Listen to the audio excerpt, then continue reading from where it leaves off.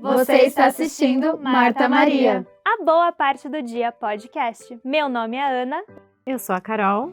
Eu sou a Laís. E eu a Letícia. Esse ano estamos estudando Doutrina e Convênios, seguindo o cronograma do manual Vem e Segue-me. A nossa discussão é apenas uma complementação do seu estudo. Venha conosco e sinta-se parte dessa conversa. Olá! Sejam muito bem-vindos para mais um episódio de Marta Maria Podcast. Hoje vamos estudar sobre Doutrina e Convênios 109 e 110. Uhul. E o tema é a tua casa um lugar de tua santidade. Uhul, tá aprovada! Marta Maria. Marta Maria e Lázaro. Temos mais um Lázaro. Não, Lázaro nada. Lázaro morreu, gente. Mas aí ele reviveu. Bem-vindos! A gente estava aqui com um super convidado, Túlio Moura. Obrigada, Túlio, por ajudar a gente nessa introdução do nosso episódio. Obrigado, é uma honra estar aqui com vocês. O Túlio, ele era da nossa ala de Lehigh. Continua em Lehigh, a gente se mudou, abandonamos o barco. Não vou comentar sobre o assunto. Já ele abandona também, vem. Mas ele era nosso conselheiro lá do Bispado, super, super legal. Trabalha hoje na igreja, né? Me fala um pouco do que você se formou. E ele é marido da Lorena e pai da Lara, que já veio aqui. A Lorena veio aqui, a Lara e a Lorena juntas. Sou mais conhecido como marido da Lorena e o pai da Lara. Mas Túlio Moura, eu nasci em Recife, mas mudei pelo Brasil. Morei em Brasília, morei em Goiânia e depois eu me considero mineiro porque cresci em Belo Horizonte. Eu cheguei lá, eu tinha 8, 9 anos com a minha família, cresci lá e me considero mineiro. Foi lá que eu conheci a minha futura esposa, agora atual esposa, a Lorena, onde minha filha nasceu. E então é onde minha família mora hoje, é onde o meu time do coração também está, o Atlético. E vocês estão aqui há quanto tempo? Viemos em 2018, quando eu vim fazer um mestrado na Universidade de Utah. Eu sou da área de finanças e negócios e vim fazer um mestrado na área de tecnologia. Então estamos aqui desde 2018 e depois do mestrado simplesmente continuamos. Legal. E como foi a tua história, sua trajetória no Evangelho? Você fez uma missão? Sim, então meus pais, eles foram batizados quando eu tinha 2 anos de idade. Eu tenho uma irmã, Jamile, meus pais Otto e Meire. Meus pais foram batizados em Recife em 1990. Eu tinha 2 anos, a minha irmã tinha 4 anos, então uma família de conversos. E, obviamente, aos 8 anos fui batizado. Então eu cresci na igreja, cresci no Evangelho, fiz a primária, a organização dos rapazes, fiz uma missão, fui chamado para servir na missão Idaho Boise e servi de 2008 a 2010 lá. Então, um pouquinho sobre a minha história. Então, inglês você aprendeu na missão? Aprendi na missão. Meu pai me matriculou bastante em escolas de inglês, eu matei várias aulas. Depois, quando eu fui chamado, eu entendi que tinha um propósito e eu me arrependi de não ter ido para as aulas de inglês, mas aprendi no CTM. E fiquei lá, engordei bastante, foi um momento de muito crescimento. Mas foi ótimo. Foi um momento especial demais na minha vida, contribuiu muito com o meu testemunho. Eu sou muito grato pela decisão que eu fiz de ter decidido fazer uma missão de tempo integral.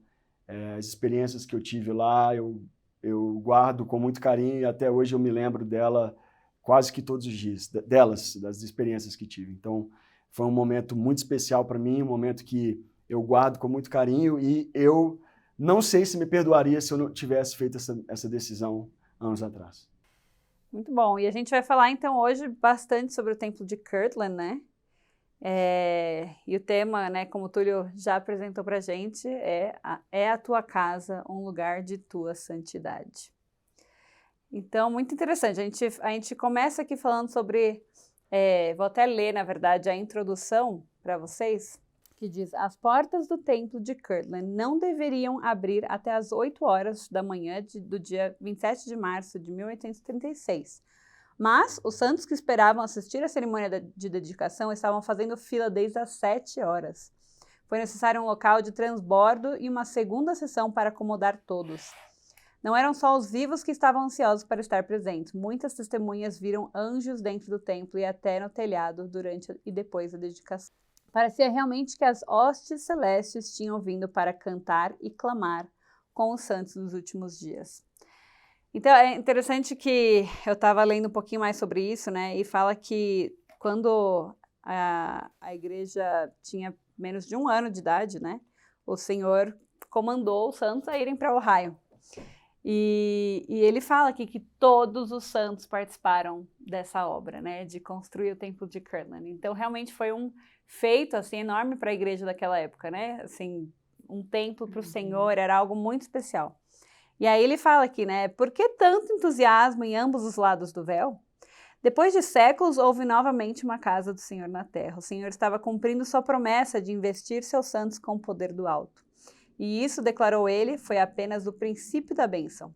A era em que vivemos agora, com o ritmo acelerado de ordenanças e trabalho do templo disponíveis a milhões de pessoas, tanto para os vivos como para os mortos, começou em Kirtland, quando o véu da descrença começou a se romper. E foi cantado o hino tal como um facho de luz, né? Que é o número 2 na dedicação do templo de Kirtland. E eu fico pensando que esse hino, ele traz um poder, né? Acho que quando a gente canta, né? Cantemos, clamemos, né? E Hosana, e que imagina, né? Porque eles viram anjos e era realmente o facho de luz, né? O Senhor estava abrindo a sua casa, né? Novamente aqui na terra. Então, foi um momento muito especial, onde os dois lados, né, se regozijaram. E maravilhoso pensar. Então, para a gente estudar essa semana, e se não ouvir pelo menos uma vez na semana. É uma boa ideia. Eu fico pensando, né, imagina alguém vindo ali, colocar as mãos à massa ali, né, pegar, sei lá, o barro para poder juntar uma coisa com a outra. Qualquer criança, né, mãe, deixa eu te ajudar a carregar isso aqui para o templo. Então, realmente foi uma obra maravilhosa, assim, de poder fazer parte, né. Eu lembro da celebração da rededicação do Templo de São Paulo e por ter feito parte, né, uma dança ali e tal, uma coisa simples, mas foi um sentimento tão bom ver todo mundo ali junto no estádio, acho que foi no Pacaembu, né? Foi um sentimento, assim, que eu acho que deve ter sido um pouquinho, né, perto, assim, do que eles sentiram no de Kirk. Foi uma festa, né? Nossa, foi. Mas ao mesmo tempo foi tão sagrado, Foi. né? E imagina que é o que ele falou aqui, né? Essa nova, um templo, nessa nova dispensação, né? Abrindo as portas dos céus ligadas com a terra, assim, óbvio, tem o sacerdócio, mas assim, eu fico pensando, deve ter sido algo muito gratificante de ter estado lá mesmo, né? Eu acho que dali, por isso veio a força ali dos pioneiros, para virem até Utah, porque precisa ter uma base espiritual muito forte para você poder seguir alguns desafios, né? Tão grandes, e o templo significa isso, tudo isso pra gente até hoje. Tem desafios na nossa vida que a gente só consegue passar porque a gente tem nossos convênios, porque a gente vai lá e nos fortalece na casa do Senhor. Não tem outro lugar que vai proporcionar essa paz que só o Senhor pode dar, a não ser na sua casa, né? Doutrina e Convênio 109, particularmente, me toca bastante. Eu estava lendo, né, estudando um pouco antes de vir para cá, para conversar com vocês. A oração dedicatória do Templo de Kirtland, ela simboliza muitas coisas, né? Para nós que somos membros da Igreja de Jesus Cristo dos Santos dos Últimos Dias. Ela foi o primeiro templo, né, da nossa dispensação. Era um momento histórico que os santos estavam passando por muitas dificuldades de todos os tipos. Dificuldades espirituais, temporais. Era um momento muito difícil para eles. E um momento de bastante sacrifício, porque naquele período todo em que eles precisavam de talvez focar um pouco mais neles, pelas dificuldades que eles estavam vivendo, o Senhor, ele ordenou que uma casa fosse construída para ele. Então aquelas pessoas às vezes estavam passando por períodos complicados e difíceis na vida delas e elas precisaram de dedicar um templo para ir lá na casa do Senhor construir ela. Né? Então, trazendo para os nossos dias também, quantos de nós aqui estamos passando também pelos nossos próprios dificuldades espirituais, temporais, nossos medos, nossos problemas emocionais, psicológicos, físicos, e às vezes a gente mora perto do templo, em alguns casos, às vezes talvez um sacrifício ainda seja requerido de nós, mas a gente não vai à casa do Senhor para receber o que os santos receberam ali, né, naquele dia. Então foi um momento especial. O hino, tal como um facho, ele fala do fogo do Espírito, da chama, do poder, E quando ele é cantado, ele parece que conecta, né, a dedicação do templo de Kirtland com todos os outros templos, porque até hoje são as mesmas tradições, entre aspas, né, que são feitas nos outros templos. Então é uma sessão maravilhosa. Era o alimento espiritual que eles precisavam, né? E aí, galera? Olha. Falando em alimento, olha aqui! Gente do céu! Oh. Você estava passando aqui na frente? Pra quem tá ouvindo, o Wagner da Tuchar tá aqui com a gente. O mago das panelas veio aqui. Ele sabe. Que legal, Wagner. Como não apoiar esse trabalho maravilhoso dessas meninas aqui, divulgando o evangelho e fortalecendo o nosso testemunho. E trouxe aí um Obrigada. treatzinho pra vocês. Chave de esfirra. Deixa eu mostrar pro pessoal aqui. Opa, olha lá, olha lá. Deixa eu mostrar. Deliciosa essa Uau, pessoal. Prazer ver todos vocês aqui. Que Uma legal. massagenzinha A gente- rápida. A gente fez uma reunião rápida com você semana passada. Agora eu entendi por que você perguntou que eu acho que você Ó, pessoal, estamos aí. Obrigado. Obrigada, Olha, eu tenho Mago. que agradecer muito a vocês, porque fortalece o nosso testemunho. Né? Então, estamos aqui para fortalecer também o nosso corpo com uma comida boa. Opa, coisa boa. Obrigada. Túlio, sucesso para Obrigado. vocês. Obrigada. Meninas, Obrigada. sucesso. Peraí, Mago das Panelas, ele é de Tuchar, pra quem conhece, pra quem não conhece, fica em South Jordan, o restaurante dele tá aberto todos os dias, sabadão tem feijoada, então eu super indico, vão lá e Essa aproveitem, sexta-feira a gente vai ter nosso evento que vai ter comida. pelo Vamos lá. Tuchar. Então, Obrigado, meninos. Obrigada. Tudo de obrigada. bom para vocês. Surpresa boa. Sucesso, tá? Obrigado, meu. Obrigado. Obrigada. Obrigado, Tuxá. Agora comer, né? Voltamos aqui, agora depois de sermos alimentados pelo Tuchar. Maravilhoso. Então, vamos entrar direto aqui no âmbito, né? Eles estão começando, então, a dedicação do templo. Antes disso, no dia 26, foi feita uma reunião entre Joseph Smith, Oliver Cowdery, Sidney Reardon e 2 dos escribas, que era Warren A. Cowdery e Warren Parrish. Eles se encontraram no escritório do profeta, no sótão do templo, e Oliver escreveu isso no diário dele durante essa reunião, em que ele ajudou em escrever a oração para a dedicação de sua casa, né, da casa do Senhor. E o texto dessa oração foi lido pelo profeta Joseph Smith na dedicação no dia seguinte, né? Então, toda a palavra que está aqui não foi uma oração pensada na hora, né? Foi realmente o Senhor que instruiu e né, com a revelação, com os desejos do seu coração, essa oração foi montada, né? Antes da gente entrar nessa oração, eu só queria falar uma coisa. O templo foi construído, aqui no livro David Reeds fala que o custo foi de mais ou menos de 40 mil a 60 mil, que era muito dinheiro na época, né? E eles estavam com extrema pobreza e foi concluído por 3 anos, né? Depois de 3 anos de construção. E a gente sabe que o templo de Kirtland foi temporário, né? Eles ficaram lá nem 5 anos. E é interessante que ele coloca aqui no livro, né, uma tabelinha da mortalidade e do templo de Kirtland, comparando as duas coisas, que muitas pessoas pensam, nossa, mas foi tanto sacrifício, né? E só por pouco tempo, né? E aí fala que a mortalidade, ela é temporária. O templo de Kirtland também foi para uso temporário. A mortalidade requer sacrifício e priorizar guardar os mandamentos. O templo de Kirtland também requeriu sacrifício e priorizar guardar os mandamentos para ser construído um templo. E a mortalidade requer que a gente coloque o melhor para servir ao Senhor em guardar os seus mandamentos na ordem de progresso à exaltação. E o templo de Kirtland requer que os santos coloquem seu melhor em construir o templo para se qualificar para receber as bênçãos prometidas que os ajudariam nesse progresso rumo à exaltação. As bênçãos incluídas a aparição do Salvador, a vinda de Moisés, Elias e tantas coisas que foram restauradas, né, naquele lugar. E aí falam que a mortalidade também é designada para nos trazer de volta a presença através de obediência aos mandamentos. E o templo também tem esse propósito que foi designado para trazer o Senhor, a presença do Senhor para nós através da nossa obediência aos mandamentos de construir um templo. Então foi um mandamento para eles, né?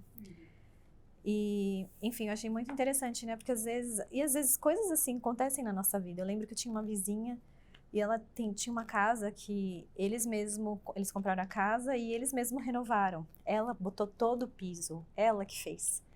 E ficou maravilhosa essa casa dela. E eu fui lá um dia, né? E eu falava, nossa, que casa linda, uma casa grande, tão bonita. E ela é super de bom gosto. Mas, umas 2 semanas depois que ela se mudou, o marido perdeu o trabalho. E ela ficou muito triste na época, né? Eu lembro que ela começou a colocar a casa para vender. Porque ele começou a aplicar e ele conseguiu um trabalho em outro estado.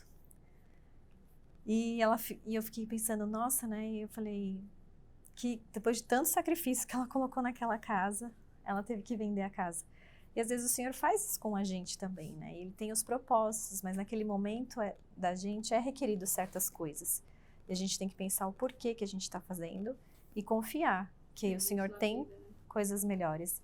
Às vezes era para aprender que a gente tem que se desprender de um bem material, ou às vezes o que mais importa, né? Então, Disposição, resiliência, com aquela experiência daquilo, né? Mas os frutos, as bênçãos que vêm daquele esforço, daquele trabalho, eles vão perdurar por muito tempo, né? E eu estava pensando nisso depois que os santos vieram para cá. Hoje as pessoas têm sido atraídas também por Utah, ou de outros estados, ou de outros países, como nós, por causa dos frutos desses pioneiros também, né? Também. O trabalho que eles fizeram também. A gente sabe que tinham indígenas aqui já e tudo, mas olha como que as bênçãos perduram. Então, né, seguindo pro dia mesmo da dedicação, tava lá mais ou menos 1.000 pessoas que encheram cada canto.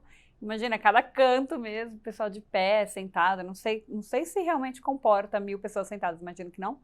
Né? Mas eu imagino que todo mundo se espremeu para todos conseguirem ouvir mesmo a oração dedicatória. E às 9 horas eles começaram. Sidney Rigdon ofereceu a oração de início para começar o serviço. Eu fico pensando, né, que oração, que responsabilidade, né? Fazer a oração pré-oração dedicatória. E aí, depois do hino, ele voltou e deu um discurso de 2h30. E esse discurso, ele fala sobre Mateus 18-20. Então, eu queria ler para vocês o que ele focou nessa oração dedicatória. Ele fala, e Jesus, vendo em torno de si uma grande multidão, ordenou que passassem para o outro lado. E aproximando-se dele, um escriba disse-lhe, mestre, onde quer que fores, eu te seguirei. E disse Jesus, as raposas têm seus covis, e as aves do céu têm seus ninhos, mas o Filho do Homem não tem onde reclinar a cabeça. Então, imagina 2h30 falando sobre a dificuldade, o propósito, né, do templo, que era poder reunir todos os membros para poder fazer os convênios, para que pudessem cumprir melhor, né, cumprir melhor a lei do Senhor. E, enfim, E aí a gente volta aqui, então, para o 109. Eu sei que, Túlio, você estudou, imagino que você tenha muito mais pensamentos aí na sua cabeça em relação à oração dedicatória, que eu sei que você trouxe bastante anotação. O que mais te chamou a atenção na oração dedicatória?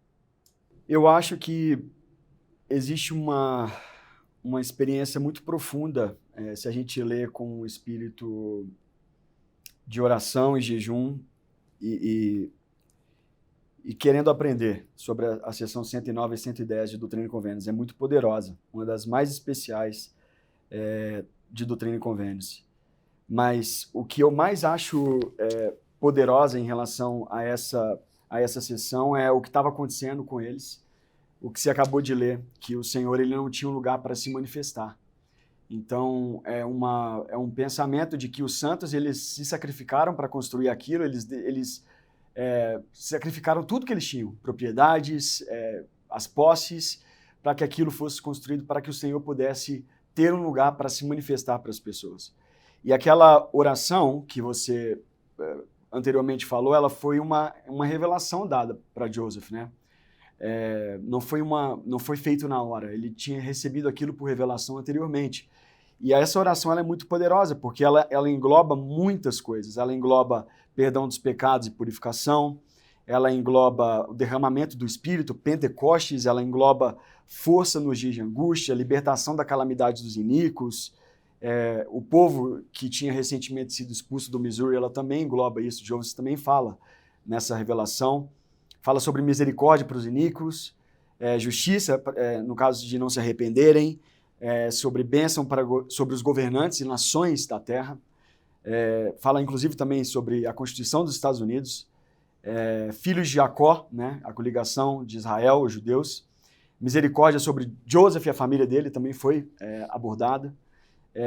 Bênção sobre os líderes da igreja, suas famílias, sobre os membros de suas famílias, sobre não membros, sobre a terra toda, sobre a pregação do evangelho que rolaria a terra e encheria tudo.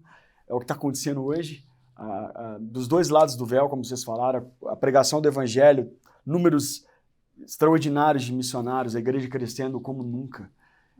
Então é uma sessão poderosíssima que dá para a gente ir dessa parte que vai desde a primeira reunião de uma dedicação do templo em Kirtland até o final. Ele fala sobre a segunda vinda, sobre os santos recebendo o Salvador trajados em suas vestes, né? Então é poderosíssima essa sessão, ela me ensina muito e é muito bom poder conversar e aprender sobre essas sessões com vocês.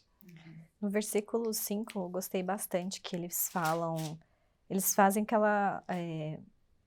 falam para o Senhor, né? Pois sabes que fizemos esta obra em meio a grandes tribulações e em nossa pobreza. Demos de nossos bens para a construção de uma casa a teu nome, a fim de que o Filho do Homem tivesse um lugar onde se manifestar a seu povo. E eu fiquei pensando, né? Como que o Senhor não ia atender uma prece dessa, né? Por isso que eles tiveram a bênção de vê-lo, né? E qual é a nossa prece, né? O que nós estamos oferecendo para o Senhor?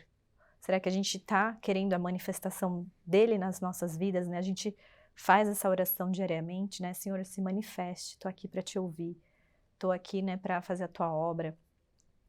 E o templo ser um lugar onde ele se manifesta ao seu povo, né?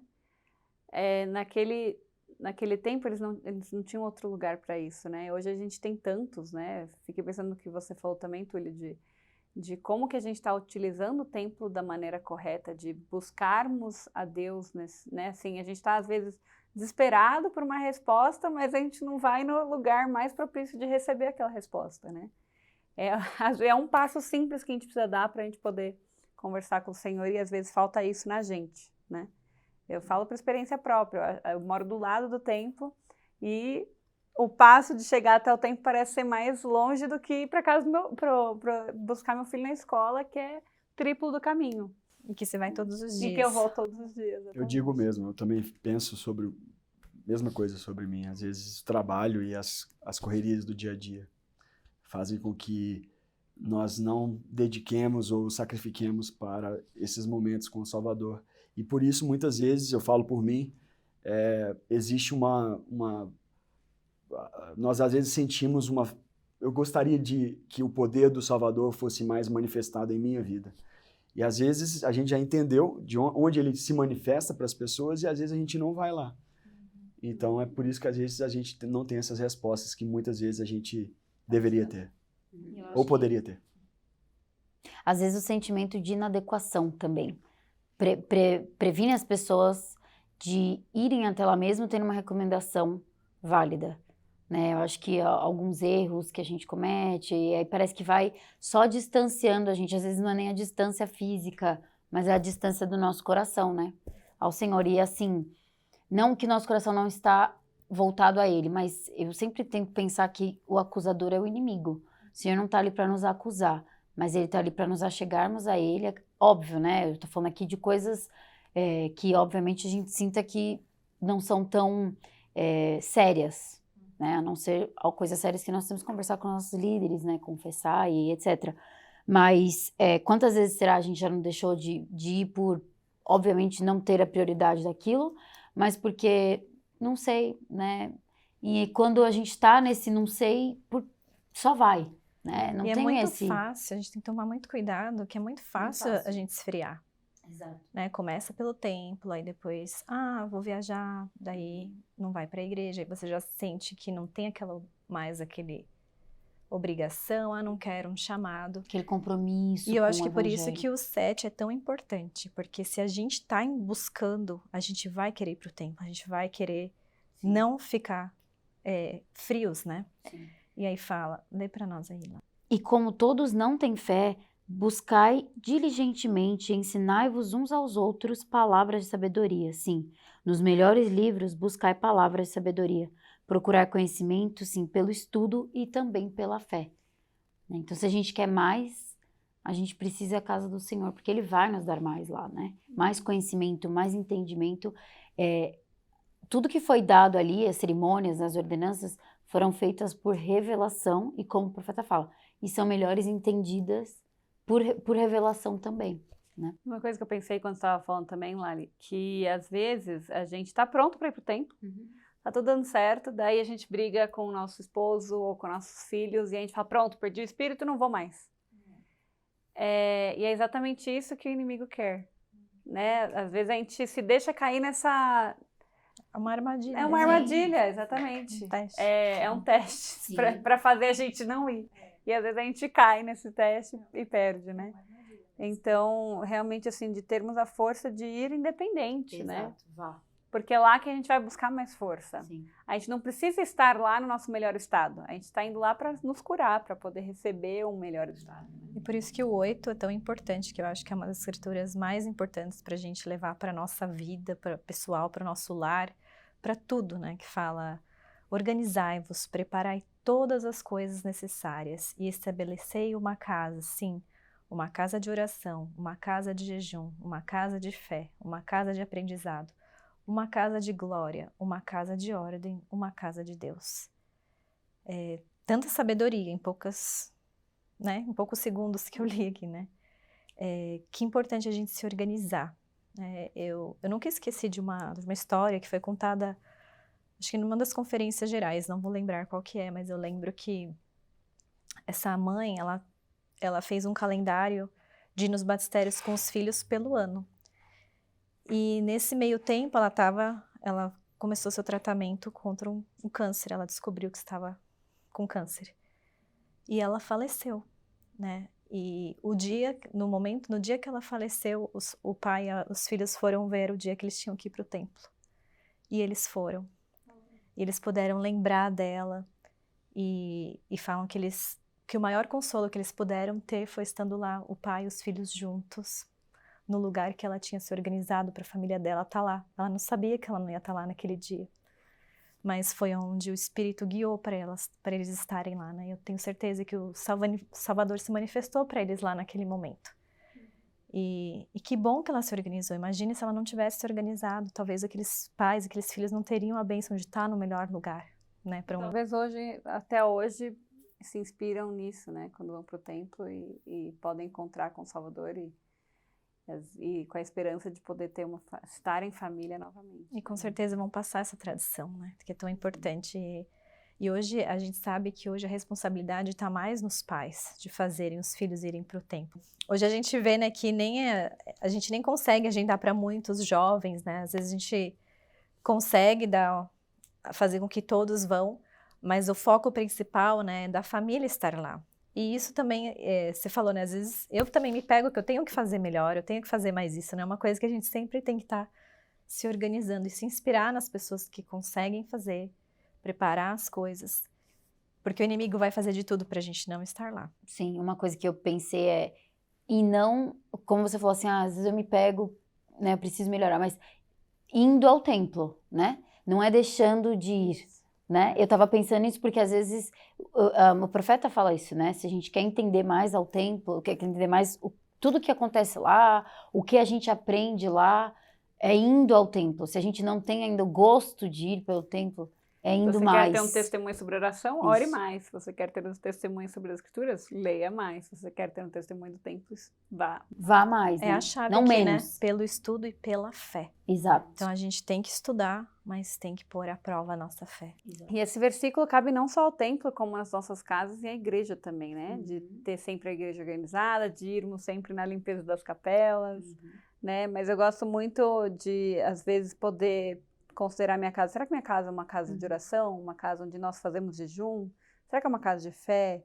Uma casa de aprendizado? Uma casa que tem um pouco da glória do Senhor? Né? Então, que a gente possa também fazer essa autoanálise, né? Como que eu posso transformar o meu lar um pouquinho mais como a casa do Senhor, né? O que você definiria como uma casa organizada? Ó, eu tava prestando atenção no que vocês estavam falando e quando eu estava lendo o 8, o versículo 8 de Doutrina e Convênios 109, e tem 3 palavras que chamam muito a minha atenção. São as palavras organizai-vos, preparai e estabelecei. Por que isso? Porque isso é individual no caso de cada pessoa. Muitas pessoas elas precisam se organizar, às vezes a mente dela. Às vezes ela tem uma cabeça muito cheia, ela tem que se preparar emocionalmente, ou às vezes ela tem que se preparar temporalmente, ela precisa pegar um dia no trabalho, um dia sair mais cedo, combinar com o chefe, então isso significa organizar e preparar. Outras pessoas, organizar e preparar é completamente espiritual, ela precisa conversar com o bispo, ela precisa de passar por um processo do arrependimento, né?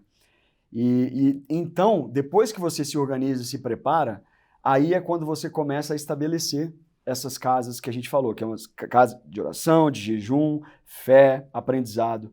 E quando a gente vai lá, como fala no 9, a gente sai em nome do Senhor, né? Então a gente sai investido de poder do alto, né? Então, eu acho que quando a gente fala de organizar e preparar, a gente talvez possa olhar para dentro de nós. Quais são as organizações necessárias que eu preciso fazer na minha vida para poder colocar o Senhor e o templo e a frequência ao templo em primeiro lugar? O que eu preciso me preparar espiritualmente? Às vezes é o tipo de música que eu escuto durante a semana toda e aí eu não me sinto inspirado aí no templo porque eu escuto músicas ruins a semana toda e simplesmente o espírito se afasta. Eu não tenho um espírito para ir no templo. Se cada um de nós olhar para dentro de nós e procurar essa organização interna e externa também, essa preparação interna e externa, a gente vai ter essas experiências sagradas como os membros em Kirtland tiveram. E só um outro adendo que eu estava pensando quando a Laís falou sobre as recomendações, sobre as pessoas se sentem indignas de estarem no templo, né? Eu sempre pensei muito sobre isso quando eu fazia entrevistas de recomendação para o templo, em um momento que eu fui um líder na igreja. Eu sempre fazia as perguntas, como vocês sabem quais são, e as pessoas respondiam, né? E era um momento, para mim, muito sagrado, porque era um momento que a pessoa ela estava, obviamente, reportando para o Senhor sobre se ela estava digna ou não de entrar na casa dele para que ele pudesse se manifestar a ela, né? E o que sempre me deixava no início, né, do bispado era quando as pessoas, a gente chegava na última pergunta e falava, você se sente digno de entrar no templo, né? Aquela famosa pergunta. E as pessoas, muitas vezes ali, elas se sentiam intimidadas, elas se sentiam com medo, um certo medo de responder aquela pergunta, porque era ela para ela mesma, né? Aquilo, ela estava respondendo para ela mesma e para o Senhor sobre aquilo. E aquilo me fez pensar bastante, porque eu vi um padrão nas pessoas. No geral, elas têm um certo receio de responder essa pergunta. E aí envolve muita coisa, envolve porque talvez naqueles segundos são as fraquezas delas, vêm às mentes delas, né? As brigas, às vezes, em casa, às vezes problemas no trabalho, às vezes músicas, às vezes filmes que assistiram, às vezes padrões que existem na vida delas. E é claro a gente saber duas coisas. Primeiro, que existe um padrão para a gente poder entrar no templo, e o padrão são as perguntas que foram estabelecidas pela primeira presidência, né? E também existe um inimigo que quer nos fazer sentir indignos de entrar no templo. Então, o segredo que eu tenho para dizer em relação a isso, que eu sempre falava nas entrevistas, nós não precisamos ser perfeitos para entrar no templo, porque senão não ia ter ninguém lá, né? Nem o presidente Nelson está lá. Mas nós precisamos nos arrepender diariamente. Porque o segredo de estar limpo é pedir perdão todos os dias, sinceros. Porque quando a gente pede perdão pelo pouquinho, dificilmente a gente vai chegar num grande pecado. Então, o meu grande aprendizado em relação a esse, que eu acho importantíssimo abordar isso, porque as pessoas, elas se sentem mal, às vezes. Elas não vão no templo, elas querem ir, só que as fraquezas delas vêm e elas não se sentem dignas de estar lá. E se elas realmente precisam, talvez, dedicar um tempo em um processo com o bispo, eu indico muito. Eu acho que elas vão sentir o amor de Deus e um fardo que elas não precisam carregar nas costas delas vão ser retirados delas. E elas vão ter, de fato, a oportunidade do Senhor se manifestar a elas no templo. Então, vale a pena. E é interessante disso tudo que você mencionou, né, Túlio? Eu sinto que, às vezes, a gente tem... Claro, a igreja é formada por pessoas, né, por humanos, por pessoas falhas. E, às vezes, a pessoa não tem um bom relacionamento com o seu membro do bispado, ou precisa marcar aquela entrevista e não quer confessar para um conselheiro. Então, é importante que a pessoa vá para o bispo, né, quando ela precisa confessar algo maior. Porque a entrevista de recomendação do templo pode ser feita pelos três, certo? Pelo bispo e pelos conselheiros. Mas se você precisa confessar algo maior, é preciso falar com o bispo, correto? Correto. Que o bispo tem as chaves de perdoar os pecados, certo?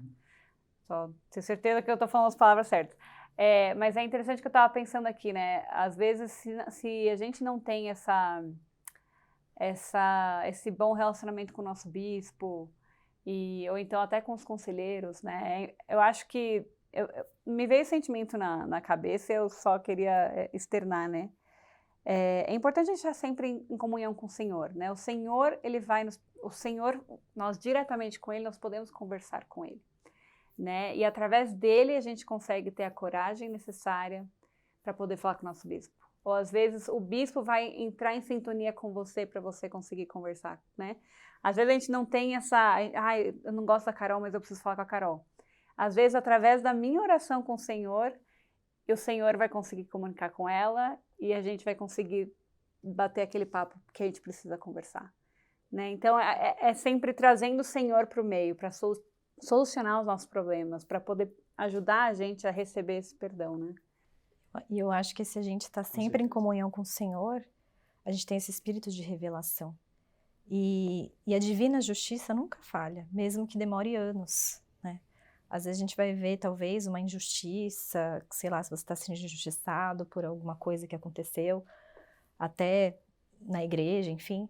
Como que as coisas mudam? Como que depois de uns anos, assim, o Senhor, Ele tem o poder de, sei lá, de te colocar de novo com aquela pessoa, vocês conseguem ter um relacionamento de novo. Assim, é impressionante, assim, a gente tem que realmente confiar e continuar. O que a gente não pode é esfriar, né, como a gente falou. Eu fiquei pensando nessa pergunta que eu te fiz, né, sobre o que é defina, né, como a gente pode definir. E eu fiquei pensando por mim mesma, porque sempre na minha cabeça, a organização vem sistemas, né? Uhum. Só que eu fiquei pensando, nossa, mas será que é só sistemas? E aí me veio na minha cabeça a palavra clareza. Quando a gente consegue ver as coisas, quando a gente está organizado. E isso até na parte espiritual, né? Quando a gente está em comunhão com o Senhor e as coisas estão claras do nosso objetivo. Eu sei que eu quero ir para o templo, eu sei que eu quero ir, né? Na verdade, eu sei que eu quero ir para o reino celestial. Então, eu vou me organizar o quê? Me preparando e estabelecendo. Tipo, Não, eu vou para o templo, eu vou estabelecer essa meta. Sim, a longo prazo, médio prazo. E o templo para a exaltação, a gente precisa frequentar para poder chegar lá, né? Então, achei E legal, eu pensei assim, também na clareza. questão de clareza do ambiente também. Quando ele fala organizai-vos, preparai todas as coisas necessárias, estabelecer uma casa, eu fiquei pensando sobre organizar o tempo que você vai fazer noite familiar, organizar o tempo que você vai falar sobre escrituras com as crianças, oração familiar. Todas essas coisas precisam de uma organização. E se a casa está uma bagunça, a gente não consegue, a nossa cabeça fica uma bagunça. Então, claro, as coisas do Senhor, tudo, né? A gente vê o templo é um brinco, né? A igreja, a gente tem que limpar a capela também. Então, vem nesse quesito, eu fico pensando, né? Minha casa não está 100% o tempo todo, né? Mas quando eu posso, e todo mundo limpa e se ajuda, e a pia está limpa e lindinha, dá para sentir que o espírito muda, dá para sentir que as crianças estão mais calmas, dá para sentir que a gente consegue trazer outras coisas, né? Assim, a gente consegue se organizar mais para fazer algumas atividades. Eu acho que diferentes. com criança, né, aprendizado tem bagunça. O que a gente não pode é se acostumar com a bagunça, né, e criar sistemas para que, né, não fique muito tempo. Mas eu acho que eu já vi uma mulher uma vez foi a melhor mãe considerada da cidade e ela não era das mais organizadas, mas ela parava tudo para fazer para orientar os filhos. Então é muito assim do espírito, né? Por isso que a gente, né, precisa ter essa companhia, ter essa disposição, porque o que mais importa, às vezes, para a gente tomar decisões, né? Até a gente estava no episódio falando com a Cami, né, sobre o episódio passado, que ela teve a revelação que ela tinha que ir para uma ala de família por causa da necessidade do filho. Então, isso ela se organizou, ela se preparou, estabeleceu e foi, né? E isso a gente tem que fazer isso com a gente também. Como que minha família está agora? Eu fiquei pensando, recentemente, assim, eu tive uma conversa com o Bruno, que eu estava me sentindo um pouco estressada, porque eu não conseguia pausar para poder arrumar a casa, mas todas as outras coisas estavam em xeque. Assim, eu tinha que levar o Liam nesse horário ali, naquele buscar e pegar a Isabela, levar para cá, e aí tem que pegar o uniforme, tem que lavar o uniforme, tem que...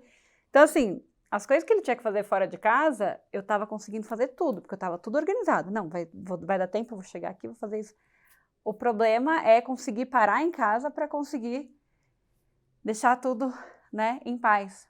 E aí a gente começou, né, vamos fazer pouco a pouco por vez, tá? Antes de dormir, vamos só arrumar aqui o que dá, a gente, né, coloca a roupa para lavar e tal.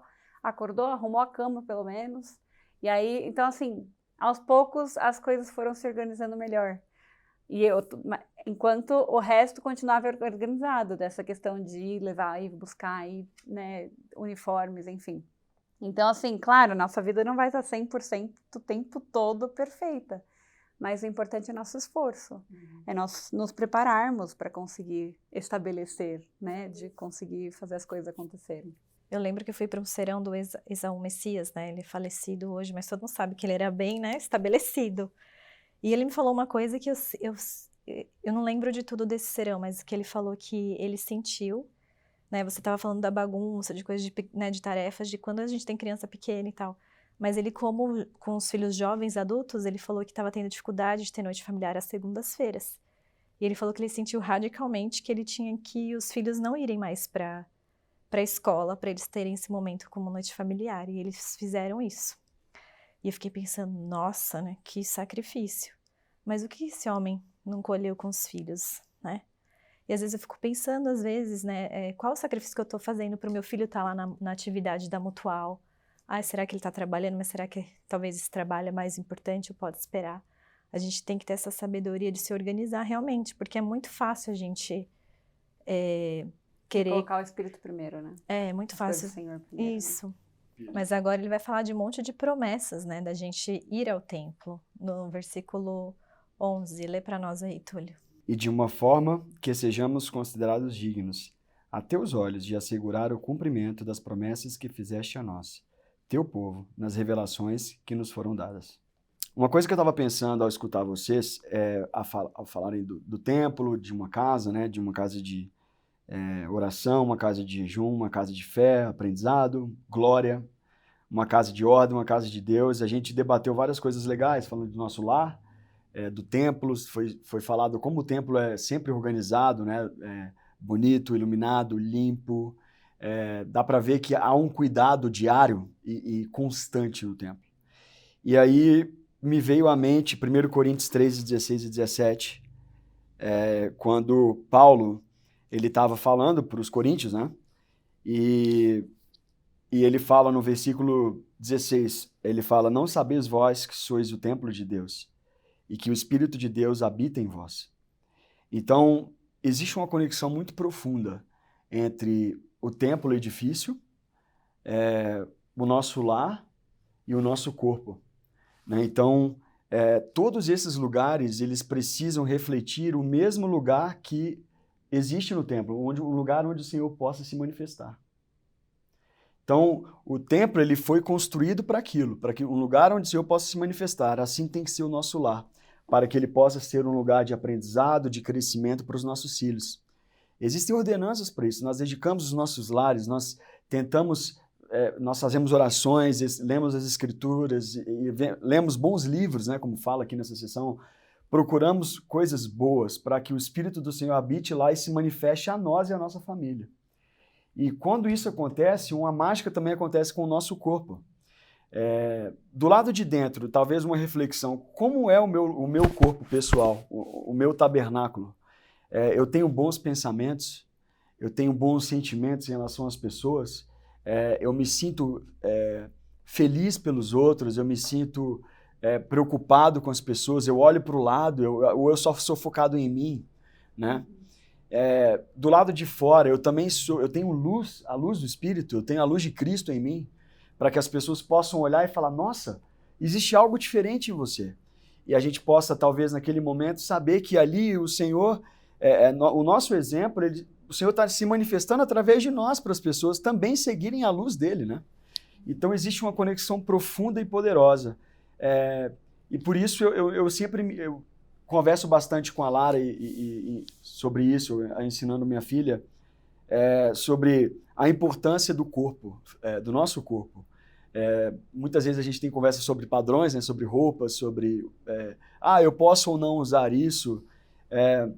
Para mim, a gente pode simplificar de uma maneira que, se naquele momento, daquela maneira que eu estou, da maneira que eu estou me comportando, ou o que eu estou vestindo, ou o que eu estou usando, ou o que eu estou, a maneira que eu estou atuando naquele momento, comigo mesmo, sozinho ou em público, o Senhor se manifestaria através de mim? Se eu tenho alguma dúvida em relação àquilo, talvez eu não devesse fazer aquilo, entendeu? Então é muito poderoso isso para mim, porque faz parte dessa preparação e dessa organização. O nosso corpo físico e mental. Talvez mais importante e espiritual. Talvez mais importante ainda do que o nosso lar. Porque se você está organizada, vai do lado de dentro para o lado de fora. Você vai organizando o seu lar, e organizando o seu lar, o Espírito vai estar presente no seu dia a dia, a sua família, e você vai conseguir ter o Espírito necessário para fazer boas decisões e frequentar o templo. Obrigada, Túlio, achei fantástico isso. E eu gostei que no 17 e no 18, ele faz na oração, ele pede, né, que todas as entradas de teu povo nesta casa sejam em nome do Senhor. E que todas as saídas desta casa sejam em nome do Senhor. Então, que importante, né, a gente tá, como você falou, né, com o corpo e a mente, né, para entrar preparados e sair com aquele espírito, né, porque vai fazer toda a diferença. E ele, assim, do 10 ao 60, ele tá assegurando as promessas, né, que ele já foi recebido em outras revelações anteriores. Então é legal que Joseph está clamando ao Senhor pelas promessas que o Senhor já tinha, às vezes, dado em outras revelações, né? Então ele até fala, você já nos chamou de amigo, né? Então, lembrando disso, né, Senhor, continue nos abençoando nisso, naquilo. No manual do Instituto, dessa sessão, no manual antigo, aquele meio laranjinha na frente, né, ele fala que algumas das revelações anteriormente concedidas, Joseph implorou ao Senhor que concedesse aos santos as bênçãos que lhes foram prometidas em várias revelações anteriormente concedidas. E aí ele fala que a glória de Deus descesse sobre o seu povo e sobre o templo de Kirtland, que os que viessem adorar no templo fossem apropriadamente ensinados, que o povo se desenvolvesse no Senhor, recebendo a plenitude do Espírito Santo, que a casa de Deus fosse tudo que tensionava a ser, e que nenhuma coisa impura pudesse nela entrar. Quando os santos transgredissem, que retornassem depressa ao Senhor. Gostei muito dessa. Arrependimento diário. Exato, que é no 21, né? Quando o teu povo transgredir, quem quer que seja, que se arrependa rapidamente, volte para ti, encontre favor a teus olhos, e que lhes sejam restituídas as bênçãos que tu ordenaste, que fossem derramadas sobre os que te reverenciassem em tua casa. E no 34 também, né? Perdoa as transgressões de teu povo e que sejam apagadas para sempre. Exato. E ali no 22 ele fala, né, que os servos do Senhor pudessem sair dali armados com poder, protegidos pelos anjos, a fim de pregar o evangelho aos confins da terra. E no 36 ele Muitas- pede até o dom das línguas, né? Uhum. Sim. Pentecostes, que o Túlio tinha mencionado, né? Os poderes de Pentecostes se derramassem sobre eles. E é interessante que o Templo de Kirtland, para quem já visitou aqui nos Estados Unidos, ou então para quem ainda terá a oportunidade, ou quem ainda não visitou, tem vídeos, né? Que mostram que não era um templo como a gente conhece hoje, com pia batismal, com as salas de investidura, né? Eram salas de ensino, basicamente, né? E então essa oração que ele faz é muito sobre como nós vamos ser ensinados aqui dentro, como que nós vamos sair daqui de dentro, né? Que possamos sair pessoas melhores, que entremos aqui como seus e saiamos aqui mais seus ainda, né? E é interessante pensar, eu não tinha pensado nisso até ler sobre isso, né? De que eles não fizeram outros convênios lá dentro que a gente faz hoje. Eles puramente iam para adorar ao Senhor, não era para fazer ordenanças pelos seus antepassados, era para poder adorar ao Senhor. Até porque aparições celestiais aconteceram no 110 e isso ainda não tinha sido revelado. Né? Exatamente. Eles não sabiam, né, do que era, para que era, por que o templo ia ser tão útil no futuro, né? E é interessante que hoje a gente tem ainda mais informação até sobre o templo de Kirtland. Não informação, fotos, vídeos. A igreja tem disponibilizado mais depois de ela ter comprado de volta. Porque o templo de Kirtland, depois que eles saíram, foram para Nauvoo, de Nauvoo vieram para cá, para Salt Lake City, ficou com a família de Joseph, né? E aí a família acabou criando uma nova religião, porque não seguiram com os santos, eles achavam que profetas deveriam ser passados de filho para filho, ao invés de ser revelado pelo Senhor. Então eles acabaram criando uma vertente em que eles acreditavam no livro de Mórmon, tinham algumas revelações de doutrina e convênios, não tem todas as sessões que a gente tem, porque algumas foram postas depois que eles saíram de lá. Enfim, um belo resumo para quem não conhece a história da igreja nesse ponto. Mas aí, ano passado, ano retrasado, a igreja conseguiu comprar de volta, adquirir de volta o templo de Kirtland, com a promessa de que o templo não fosse mais fechado para o público, né? O templo ia continuar aberto para que os próprios membros da igreja, da Comunidade de Cristo, que é a igreja deles, que antes era a igreja reorganizada dos Santos dos Últimos Dias, eles mudaram para a Comunidade de Cristo, e aí o acordo deles era que eles pudessem ainda visitar o templo. Então a igreja hoje está sendo muito bem cuidada, o templo ali está sendo muito bem cuidada pelos membros da nossa igreja, né? E antes continuava sendo muito bem cuidada, mas eles tinham limites, eles tinham recursos limitados, né? A igreja deles continua a crescer, mas não tão rapidamente quanto a nossa igreja. Então é bem legal que agora eles têm um tour até um pouco mais completo, né? Eu já fui lá quando não era da nossa igreja, então estou curiosa para poder ver como é que é o tour realizado pela nossa igreja, né? A gente tem que fazer um tour, Marta Maria. Precisamos. É interessante que do versículo 34 e 35, ele fala várias coisas em relação à unção de ministros, seja selada sobre eles com o poder do alto, e fala sobre o derrame, né, do dons de línguas sobre o seu povo, línguas repartidas como de fogo e sua interpretação, e fala sobre os dons do Espírito, etc. e tal.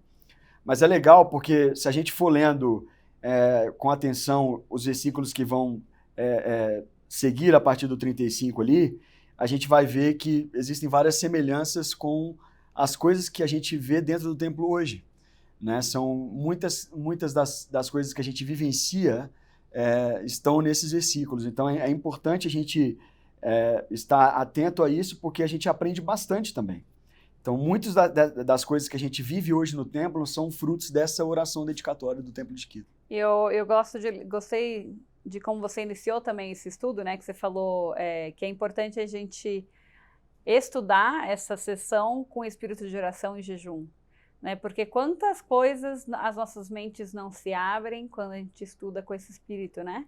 De conseguir reconhecer, por exemplo, esse padrão, essas semelhanças, né? E eu gosto de 38 ali, logo em seguida, que ele fala: põe sobre teus servos o testemunho do convênio, né? De realmente, né, a gente poder entender os propósitos dentro do templo, da gente poder entender o porquê. hoje, no templo, para quem não é membro da nossa igreja, no templo a gente tem um conhecimento maior sobre por que estamos aqui, de onde viemos, né? E é interessante como ele fala aqui nesse versículo, que ele fala põe sobre teus servos o testemunho do convênio, para que quando saírem para proclamar tua palavra, selem a lei e preparem o coração de teus santos, para que todos esses julgamentos que estás prestes a enviar em tua ira sobre os habitantes da terra, por causa de suas transgressões, a fim de que teu povo não desfaleça no dia da angústia. Para mim, é muito mais fácil passar pelas dificuldades que a gente está vivendo hoje, vivenciando hoje, com os olhos fitos no Senhor. Né? Tanta guerra, tanta coisa acontecendo à nossa volta, perto da gente, longe da gente, tiroteios em escolas, tiroteios a políticos, pessoas esfomeadas em países que estão em guerra constante. É muita tristeza acontecendo no mundo, mas quando nós temos testemunho do convênio, quando nós podemos proclamar a palavra do Senhor, proclamar a Cristo, sabendo que Ele vai voltar e que os nossos convênios no templo nos selam a Ele, nos levam de volta a Ele, é muito mais fácil da gente poder não desfalecer no dia da angústia, não desfalecer, não perder a esperança de viver com o Senhor, né? De que tudo bem, tá tudo caindo aos pedaços, mas o Senhor está voltando. E que alegria é saber que o Senhor está voltando. Não é um desespero, não é algo ruim, é algo muito bom, porque o Senhor está voltando. Muito bom.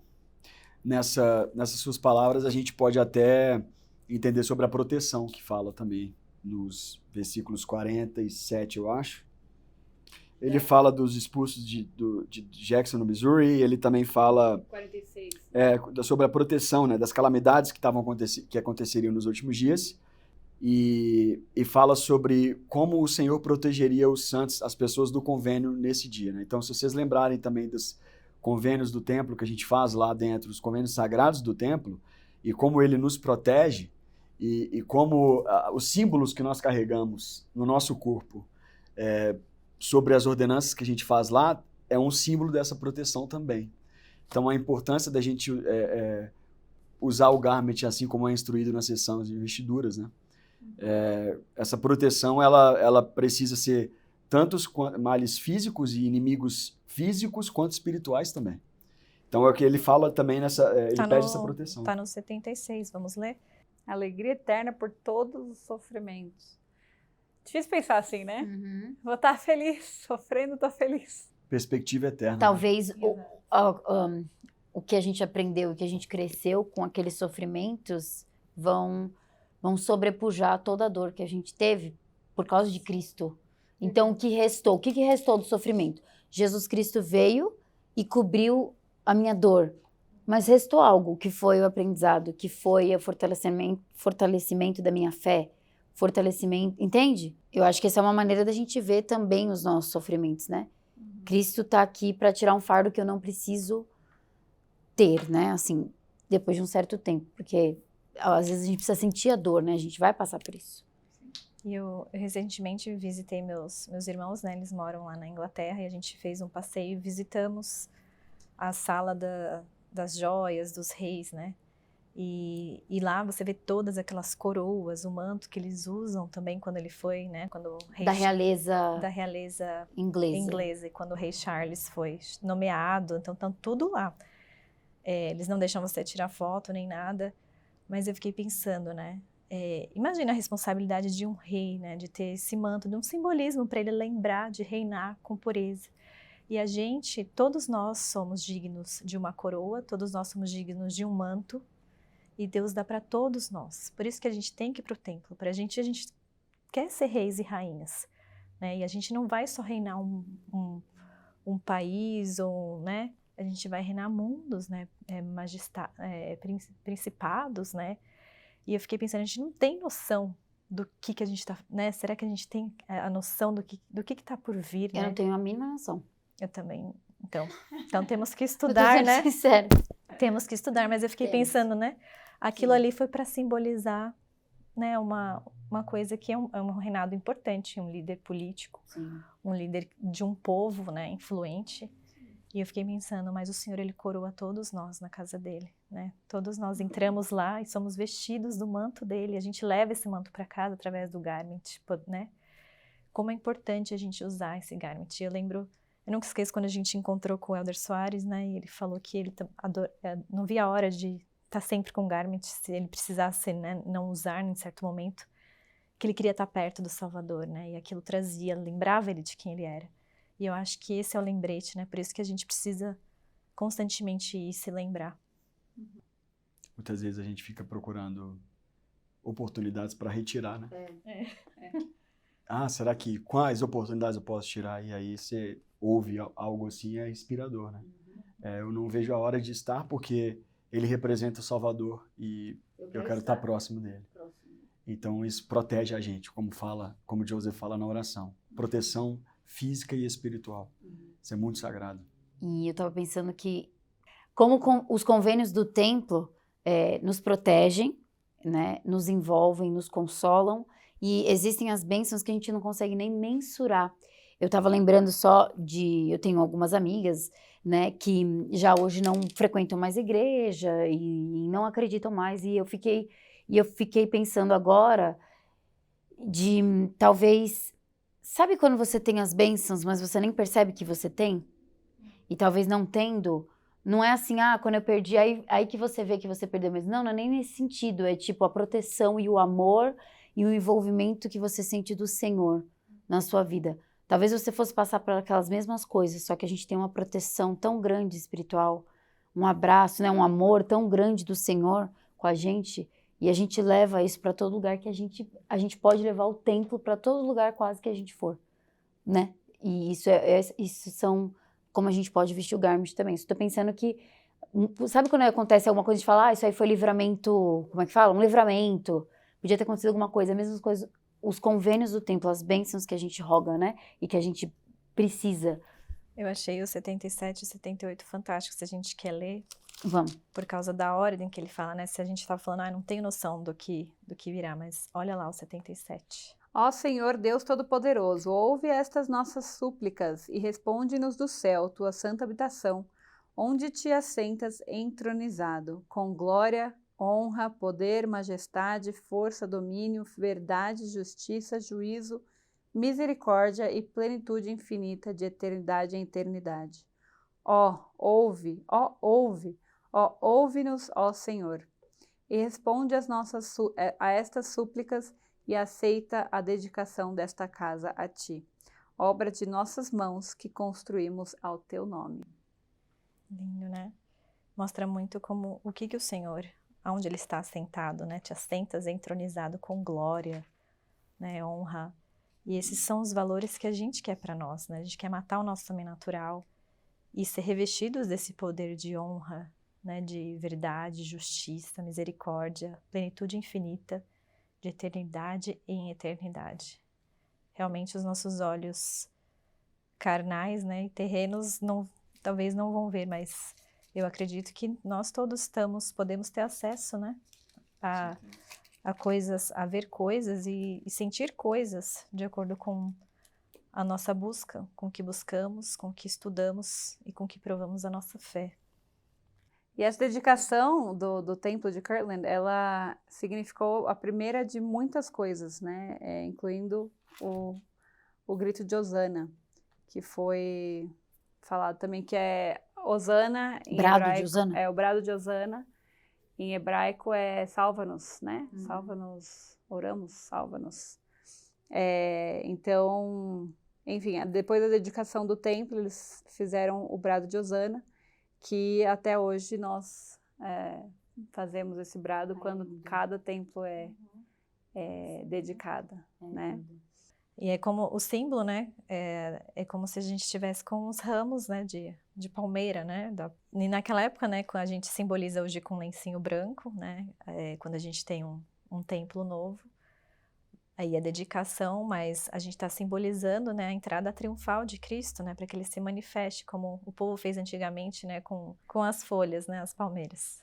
Uma coisa legal que também, antes da gente talvez passar para o 110, ele faz uma oração sobre os líderes da igreja, sobre as famílias dos líderes, os membros, sobre o mundo, sobre os países, sobre os governantes dos países, sobre a Constituição americana, né? Que é interessante a gente pensar que que o Evangelho ele foi estabelecido aqui, a restauração teve essa oportunidade pelo fato de, naquele momento em que muitas nações elas não eram livres, ou algumas não eram livres, um lugar escolhido para que uma terra de liberdade, né, para que o Evangelho pudesse florescer. Então, ele faz uma oração, inclusive, e menciona na oração de dedicatória a Constituição Americana. Ele também faz uma oração por não membros, por toda a terra, e ele fala sobre a pregação do Evangelho, que é bem legal também.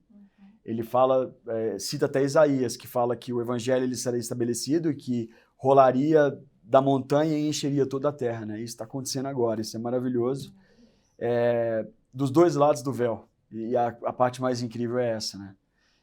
E ele fala também sobre a trombeta, né? Simbolizada com o anjo Moroni no topo de vários templos, que também simboliza a pregação mundial do Evangelho e o preparo para a volta de Cristo.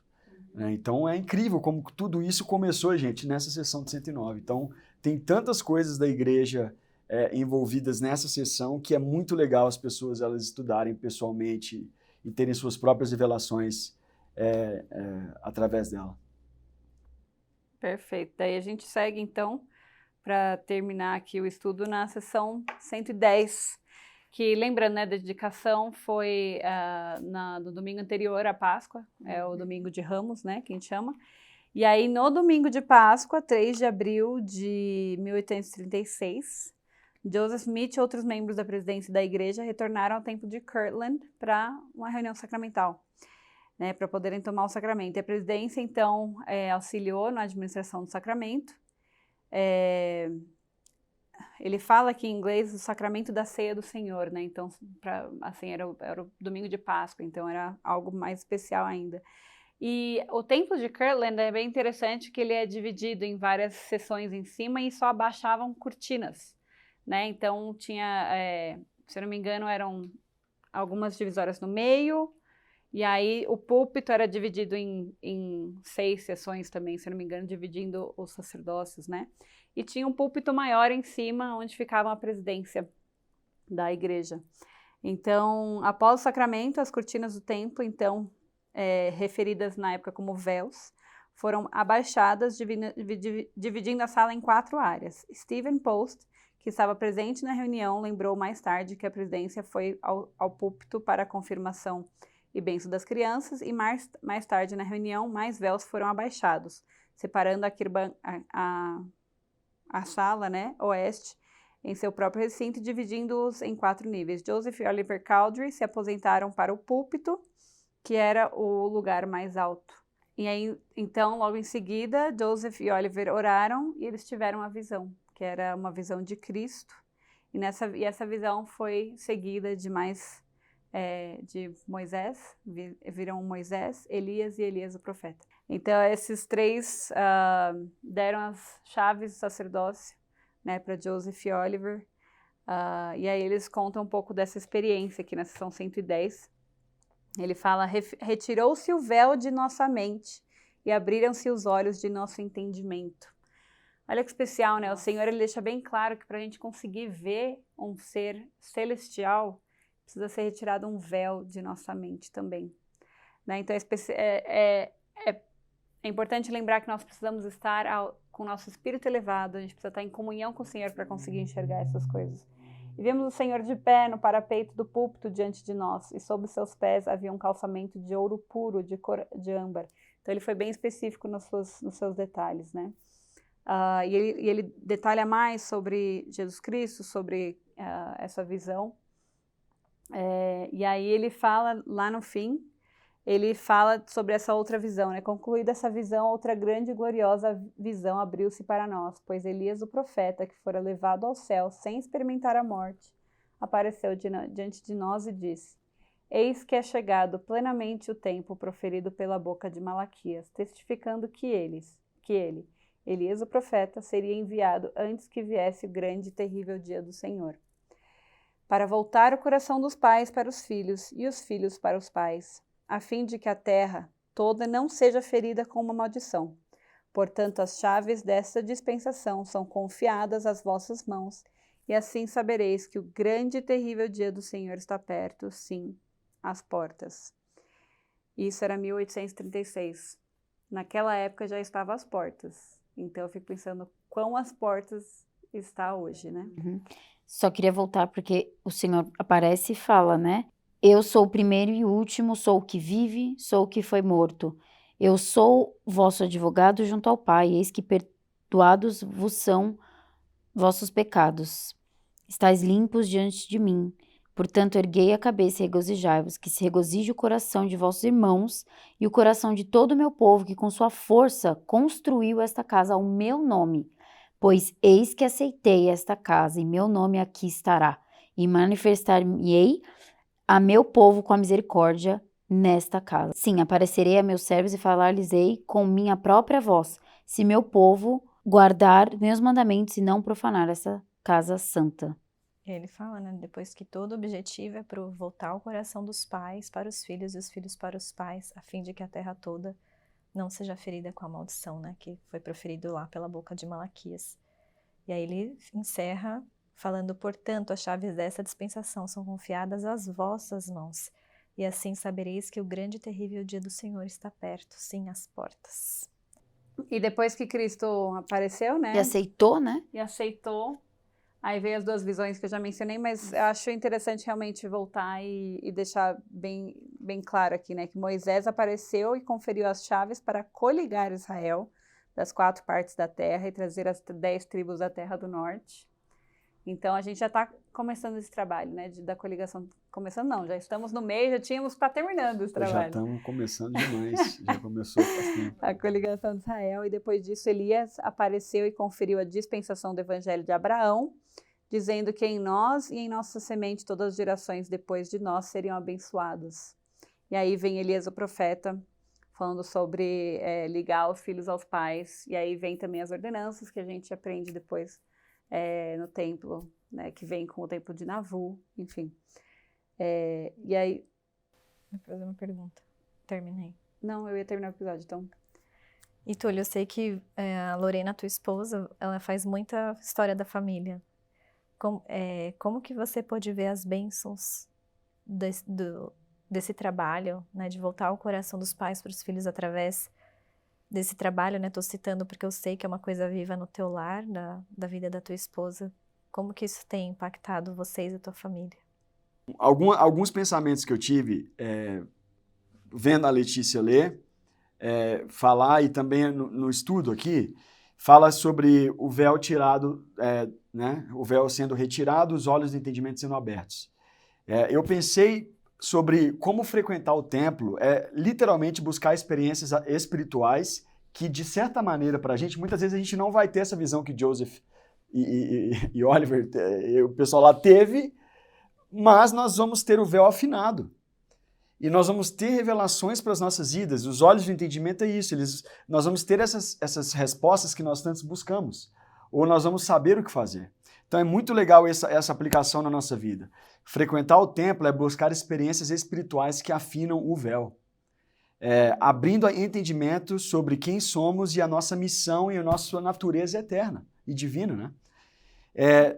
Do 2 ao 4, ele fala sobre a aparência gloriosa de Salvador. Que, nossa, imagina, né? Tudo aquilo que ele viu. Tem que estar com o olho diferenciado mesmo, né? Para ver aquilo que ele viu.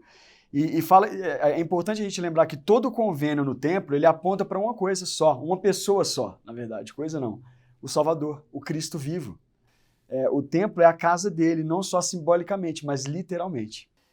No 5 ao 7 fala sobre o Salvador aparecendo, que nem você falou, foi a primeira visão que eles tiveram. Imagina, puxa, o Salvador, né? A primeira coisa que ele fala, ele se apresenta. Eu sou o Cristo. Ele se apresenta. E logo depois, olha que interessante, ele podia tanta coisa para falar, gente. Qual é a primeira coisa que ele fala? A primeira coisa que o Salvador ele fala? Ele fala sobre perdão. Olha que interessante. Ele fala sobre amor, ele se compadece e fala, ei, Joseph, ei, pessoal, vocês estão perdoados. Eu conheço vocês, eu conheço as suas fraquezas. Ele está falando isso com a gente, pessoal. Eu conheço vocês, o pecado de vocês, o nosso pecado também pode ser perdoado ao a gente ter essas manifestações e relacionamento com o Salvador, né? E ele fala também que ele reconhece o sacrifício feito no nome dele, né, na construção daquela casa, e que nenhum esforço pelo templo seria despercebido. Ele dá a condição de santidade, né? Ele promete aparecer e falar se o povo guardar os mandamentos e não profanar a casa. De novo, gente, a mesma coisa vai, templo, lar, corpo. Muitas vezes a gente não tem essas manifestações de Salvador, mas como é que a gente vai ter uma manifestação escutando às vezes uma música com uma letra profana? É impossível. E a gente não sabe às vezes por que a gente se sente distante dele. Então, pequenas mudanças às vezes nas nossas conversas, nas nossas músicas, no nosso dia a dia, já facilitam esse relacionamento com o Salvador. Ele fala sobre o 9 e o 10, o princípio da bênção mundial, né? O coração de milhares e dezenas de milhares se alegraria com o templo. Olha o que acontece quando a gente vai estar gravando isso aqui, a gente está gravando isso hoje, mas vai sair na semana de conferência geral, que vai ter mais uma pancada de templo, provavelmente sendo anunciada. A gente sabe como é que é no centro de conferência e fora dele, o pessoal comemorando a alegria das pessoas, porque elas sabem quão feliz é esse momento. O Senhor está falando isso lá em 109, Doutrina e Convênios, nessa sessão. Espalhar por terras estrangeiras. Não é? As pessoas comemorando nas mais diversas línguas, dentro do centro de conferências, fora dele, nos países. Olha a felicidade que isso traz. Aí aparece quem? Moisés. As chaves da coligação de Israel. Moisés confere as chaves da coligação das 4 partes da terra e a condução das tribos do norte. Muitas pessoas confundem as tribos do norte. A coligação é a obra de reunir Israel espiritualmente e literalmente, por meio de convênios e ordenanças, que são feitas aonde, gente? No templo. As tribos do norte foram dispersas, né? Eu tinha anotado isso aqui. Acho que foi 721 anos antes de Cristo pela Síria. Não estão escondidas como um povo único. Elas não são um povo único, elas estão espalhadas por todas as nações. E a coligação de Israel, ela é feita agora, hoje. Ela já começou. Através de como? Missionários, presidentes de missão, bispos, presidentes de estacas, membros da igreja. A coligação acontece em missões, batismos e templos, em cada testemunho que nós pregamos, através desse podcast que vocês fazem. Vocês estão ajudando o Senhor a coligar Israel. Olha que poderoso. Pô, legal demais isso aqui, não é? O presidente Nelson falou em 2018, a coligação de Israel é a coisa mais importante que está acontecendo hoje na Terra. É o maior desafio, a maior causa e o maior trabalho sendo feito agora. O presidente Kimball tinha falado, a coligação é feita por meio de batismos e convênios, não apenas pelo retorno físico. É o que a gente já falou. Então, uma curiosidade disso aí que vocês já falaram, que a aparição de Moisés, ela ocorreu no domingo de Páscoa, como você já falou, Laís, mas ecoando o êxodo e libertação e conectando o passado e o futuro de Israel, que também foi, né? Logo depois, no 12, Elias, Evangelho de Abraão, né? Elias aparece. Elias confere as chaves, outras chaves. Olha só, Moisés apareceu e deu as chaves da coligação de Israel. Paralelo a isso, gente, vai pensando nas missões da igreja. Qual é o propósito da igreja? Vai lembrando disso aí, paralelo a isso, tá? Olha que conexão legal. Elias, Evangelho de Abraão. Elias confere as chaves da dispensação do Evangelho de Abraão. As promessas de Abraão, o que elas envolvem? Posteridade, sacerdócio e ser bênção às nações. Tornam-se reais hoje através dos convênios do templo. Tudo isso.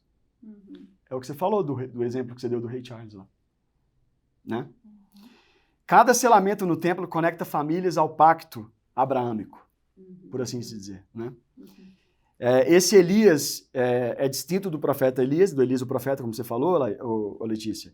E ele refere-se ao mensageiro que trouxe as chaves específicas do Evangelho de Abraão. Não é o Elias o profeta que vai aparecer logo depois, no 13, cumprindo literalmente Malaquias 4, 5 e 6, que ele iria unir o coração dos pais aos filhos e dos filhos aos pais. Elias trouxe as chaves da obra vicária e da história da família. Sem isso, a terra seria ferida com maldição, como diz em Doutrina e Convênios 128, né? Vocês vão chegar lá ainda no estudo. Mas é incrível, porque cada momento da história da igreja, a gente vê cada aparição dessa se cumprindo hoje. Você tem o trabalho de templo, a história da família. Olha os chamados das alas e das estacas. Tudo se refere a essas chaves, gente. É a obra do templo, a história da família, é a pregação do evangelho, são as famílias sendo unidas por toda a eternidade, são as pessoas sendo perdoadas do pecado. Olha como cada organização da igreja reflete isso. O papel de cada um de nós dentro da coligação de Israel é incrível e é muito real, né? Então, para mim, essa sessão, obviamente, ela ensina muito. Poucas palavras que ensinam tanto. E ensinam muito. Isso é uma doutrina profundamente gloriosa e eu sou grato por isso. E só para lembrar, né, para quem não é membro e está ouvindo nosso estudo hoje aqui, quando a gente fala de vicária, né, algumas pessoas já viram na internet, algumas, né, eles desenterram os mortos, batizam os mortos, como é que isso acontece, né? É algo muito simples. Nós fazemos nossa história da família, sabemos quem são nossos avós, bisavós, tataravós, e de certa forma a gente batiza por eles, para que se eles aceitarem no mundo vindouro, eles podem já ter sido no mundo espiritual, eles vão poder receber o evangelho, né? Mas é uma escolha deles. Então a gente aqui está fazendo o nosso papel de poder pregar, corpo, né? de poder usar o nosso corpo em representação ao deles, né? Então é a escolha deles. Nós não estamos fazendo nada muito difícil, nada muito estranho. Estamos apenas pensando em cada um dos nossos antepassados. E a gente se sente abençoado de poder ter essas experiências, né, lá dentro do templo. Tem muitos relatos de pessoas em relação a membros da família, né, que fizeram ordenanças por esses membros e sentiram, né, presenças e deles, de anjos, né, de outras pessoas. O templo é um lugar onde o véu é fino, como o Túlio falou, né, é onde o Senhor vai se manifestar. E que bom que a gente pode fazer isso por pessoas que já foram ligadas com a gente de alguma forma, né? Tá no nosso DNA. E só para terminar, gostaria de refalar aqui o 16. As chaves desta dispensação são confiadas às vossas mãos. E assim sabereis que o grande e terrível dia do Senhor está perto, sim, às portas. Então, que possamos sempre nos preparar, que possamos ler com olhos mais abertos aí a oração dedicatória e também a sessão 110, que o estudo de vocês possa ter sido um pouquinho engrandecido com a nossa conversa aqui. Agradecemos muito cada ouvinte, cada clique de gostei, cada comentário, cada compartilhamento nas mídias sociais. Ajuda a gente a crescer e ajuda também a gente a conseguir espalhar essa mensagem um pouco mais para as pessoas que precisam ouvir, né? E também conseguir conversar com várias pessoas especiais aqui, nossos convidados. Obrigada, Túlio, pela sua presença. Obrigado a vocês, eu aprendi mais que eu ensinei. Obrigada.